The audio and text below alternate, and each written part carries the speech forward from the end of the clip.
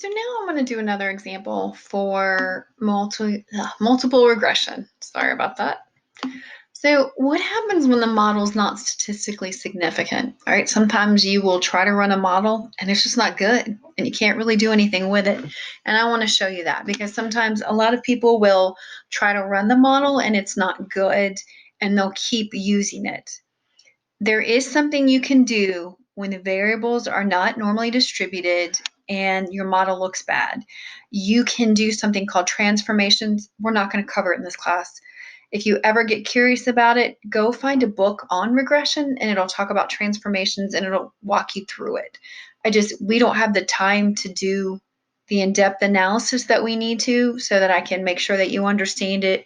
Because it's kind of, you can do transformations for different things and different transformations for different types of variables. So, okay. So now I'm going to use another data set. Here's the link for it. It'll be in the PowerPoint. It's for cement composition. So a material scientist studies the heat that's generated in cement mixtures. The scientist varies the 4 ingredients in the mixtures to assess the impact of overall heat generation. So heat evolved is my response, and that's the amount of heat that evolves in a cement mixture. X1 is the amount of tricalcium aluminate. X2 is the amount of tricalcium silicate. X3 is tricalcium ammonia ferrate. And variable 4, which is X4, is dicalcium sulfonate. So all these are they're different compounds, and they're testing them, and those are the predictors. So I have 4 predictors and 1 response. Okay, again, got to remember those assumptions.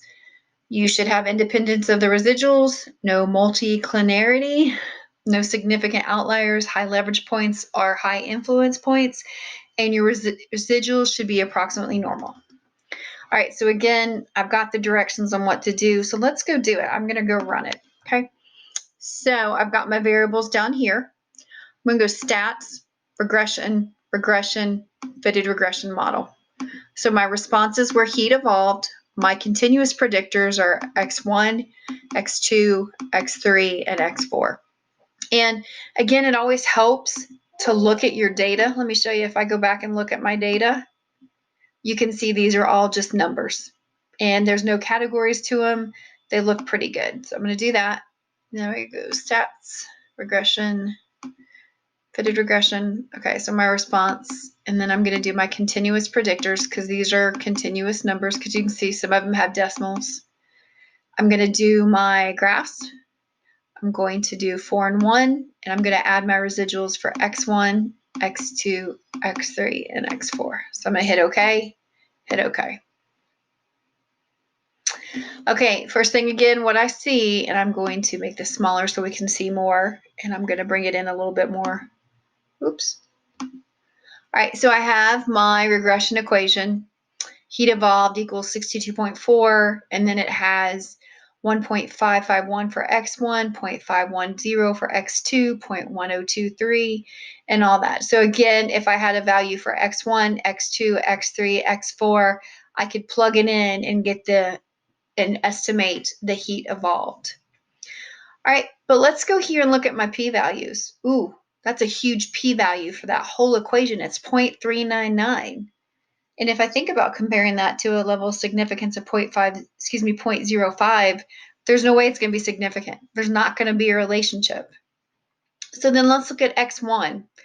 X1 still has a high p-value, but look at that VIF. It's 38. And remember, I said anything over 10 was high.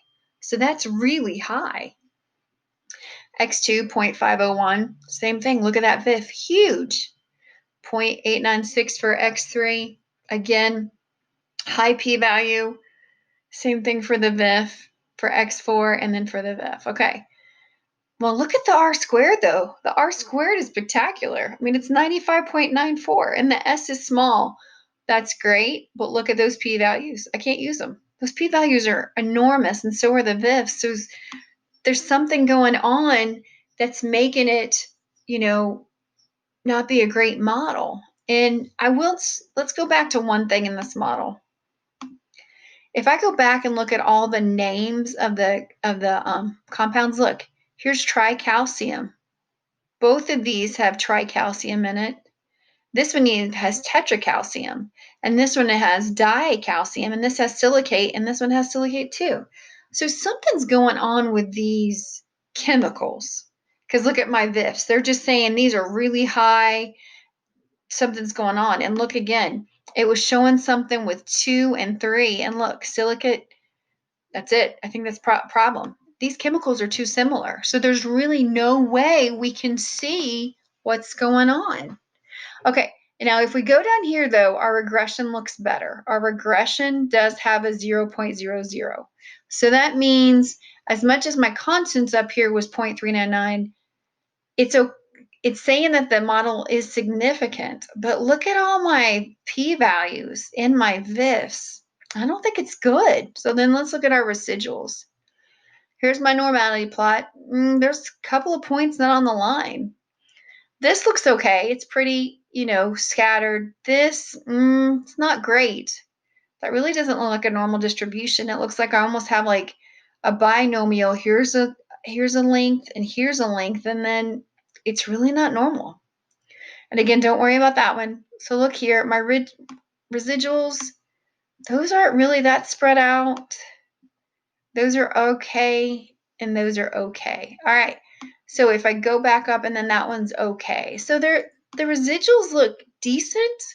Normality is okay. I didn't have any residuals that were large or anything. And it did show the model was significant, but the problem was when I looked up here was look at those VIFs. Those VIFs are huge. And none of these were significant on their own.